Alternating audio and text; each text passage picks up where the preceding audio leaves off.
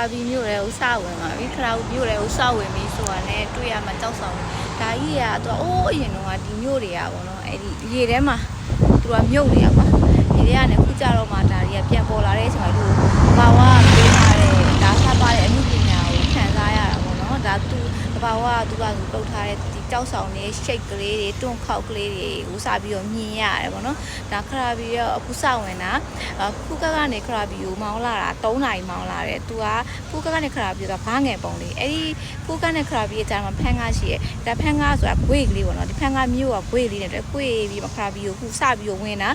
ပြီးတော့ခရာဘီရဲ့ဒီ beach ဒီမောက်သွားမဲ့နေရာကိုသွားဖို့အတွက်ဆိုနောက်ထပ်1နာရီထပ်သွားအောင်မယ်ဒီနေ့မောက်ခဏနားရတာပေါ့နော်နာရောက်ချင်းမှာပဲမြင်တွေ့ရတာကတော့အရန်ကိုလာတယ်တဘာဝရဲ့ပေးထားတဲ့အမှုပညာကိုစပြီးတော့မြင်တွေ့ရပါတယ်အခုကဟိုတယ်လိုက်ရှာနေကြတာပေါ့နော်ဟိုတယ်ကကြတော့ခုရောက်မှဒီရိုကိုအဲ့ဒီကြောက်ဆောင်ရှိရတောင်ဆောင်ရှိရအဲ့တောင်ဆောင်ကြီးဒီရဲ့နားမှာနေနေတာဆိုတော့ကိုကနေရာမသိတော့ဖူစီရောက်မှအနီးရှာကြပြီးတော့ဟိုတယ်ကိုလိုက်ရှာနေကြတာပါတွေ့ရင်ပြောမယ်နော်အခုကတော့ကြိုက်တဲ့ဟိုတယ်နဲ့ view နဲ့ကိုလိုချင်တဲ့အတွက်ခုတဲဖြစ်တဲ့ဟိုတယ်လေးရာမိုနိုတယ်ဆိုရဲဟိုတယ်လေးပါဟိုတယ်ကောင်တွေ့ရပြီနော်ဒီဟို street view ရှိရ mountain view ရှိရဆို street view ဆို6ရာပတ်6ရာပေါ့နော်အခု mountain view ကိုလိုချင်တယ်ဖြစ်တဲ့အတွက်900 additional charges 900ပေးလိုက်တဲ့အချိန် mountain view ကိုရတယ်ဘယ်လိုခံလဲဆိုတော့တစ်ချက်ကြည့်အောင် wow this mountain view ခါလေးကတန့်တာပဲ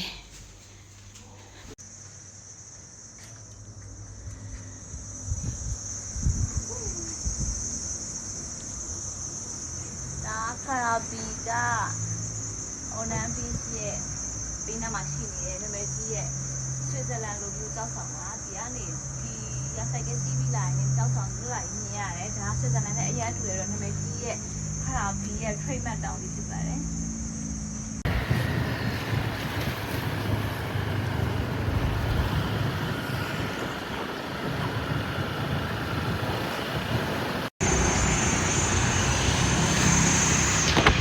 နားလေရဟာလေးမဟုတ်လား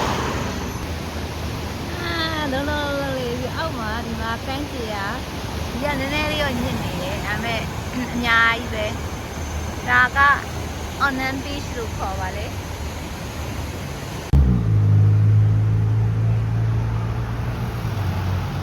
ဒါဒီမင်းနေစားလဲစားပြီးတော့ပေါ့ပြီးတော့မမလည်းဝယ်ပြီးသွားပြီဆိုတော့သူတို့စစ် price ပေးတဲ့မှာလူပစ္စည်းနဲ့မှာပါဘူးအော်မှာပါတယ်လှတဲ့နေရာလေးတခုသွားနေပါတယ်အဲ့ဒါဘယ်နေရာလေးလဲဆိုတော့အကကြည့်ပြကြတာရှိတယ်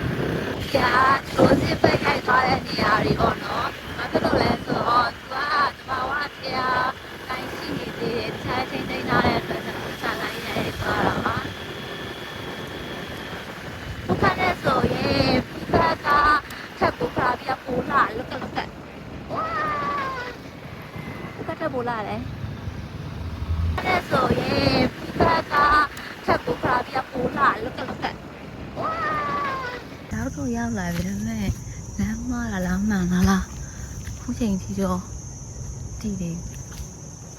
သူအဲ့ဒီသူတို့စစ်ပတ်ရိုက်သွားတဲ့တကယ်မူရီရဲ့တကယ် main နေရာကဒီနေရာမှာပေါ့နော်အဲ့ရှိမှရှိတယ်ဆိုတော့ကိုရီးယားလည်း6နာရီမှရောက်တာဆိုတော့ပိတ်နေတာဖွင့်နေရလားမသိမယ်သွားကြည့်နေတယ်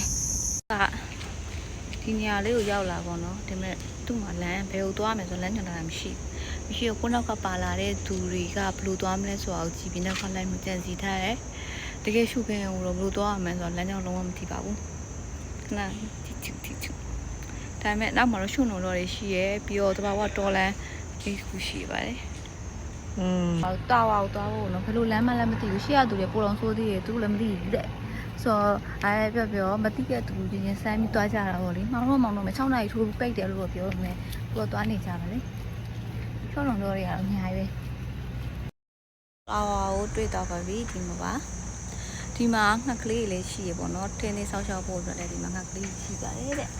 local ငှက်ကလေးတွေရှိပါတယ်လေပြမယ်နော်ငှက်ကလေးတွေတဲ့ဒီတောထဲမှာရှိပါလေလက်ဒါတို့နိုင်ငံမှာလည်းရှိပါလေလို့ဒီငှက်ထဲမှာပြကင်း fisher လေးလည်းရှိတယ် ဆိုတော့ဒီမှာတော်လန်လေးဒီမှာကင်တာဝါဒီကနေပြီးမှတကယ်မူပြီးရိုက်ခဲ့တဲ့ view point ကို sunset line တွက်ကြည့်ကြဖြစ်ပါတယ်ရှင်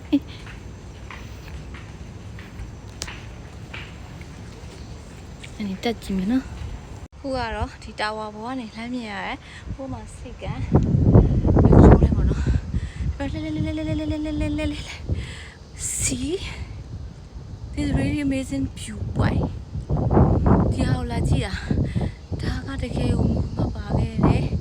ခဲလာတဲ့ view point ဖြစ်ပါလေ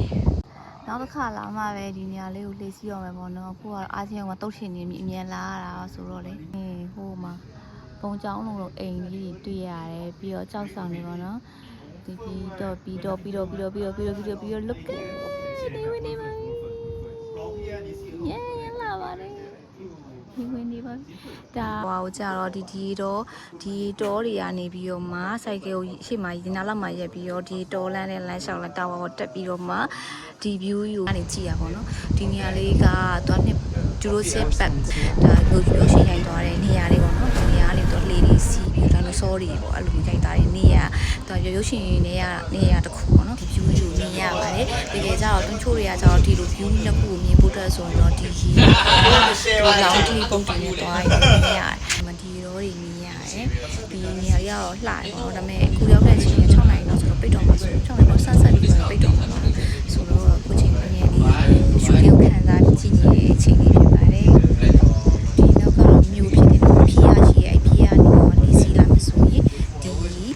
view ပေါ့နော်လာကြည့်လို့ရတယ်ဒီ view ကဒီကြားကြည့်တော့ဒီနေရာပတ်ဝန်းကျင်ကိုနှစ်ပေါင်း3000လောက်3000 4000လောက်တော့ချစ်ခိတိုင်းနေရဆိုပြီးတော့သူတို့မှတ်တမ်းရှိရဲ့နေရာလေးပါ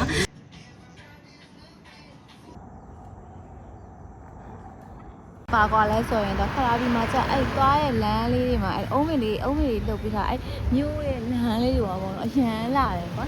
သူကအဲ့လိုဘုကနဲ့ခလာပြီးပြပူလာလဲခလာပြီးပူလာအဲ့ဒါသူတို့ရဲ့ကားလေးကအဲ့လိုကားလေးကအဲ့သူတို့ကားလေးပြီးတော့အုံးမလေးတွေတန်းစီပြီးတော့စိုက်ပြီးတာအဲ့ဒါဆိုရင်ဒါခလာပြီးစတိုင်လေးအားဘက်မှာရေအားတက်လာတယ်ဒါအိုရန်ကြီးပေါ့နော်ဟိုတယ်နဲ့နားနီးရဲ့နေရာမှာရေတန်နဲ့တော့မပြောလို့မရအောင်နောက်မှာစီဖူးခတ်ရဲ့အိုးတောင်းလို့မျိုးသူကစီးရဲ့ဒါပေမဲ့သူကဘာပိုလာလဲဆိုတော့အသစ်ပင်တွေအများကြီးကလည်းမှစိုက်တာပို့ပြီးတော့ beach ပို့ပြီးတော့ beach မပို့ရတယ်ပေါ့နော်အဲ့လိုမျိုးပြောလို့ရတယ်ပေါ့ခရတီက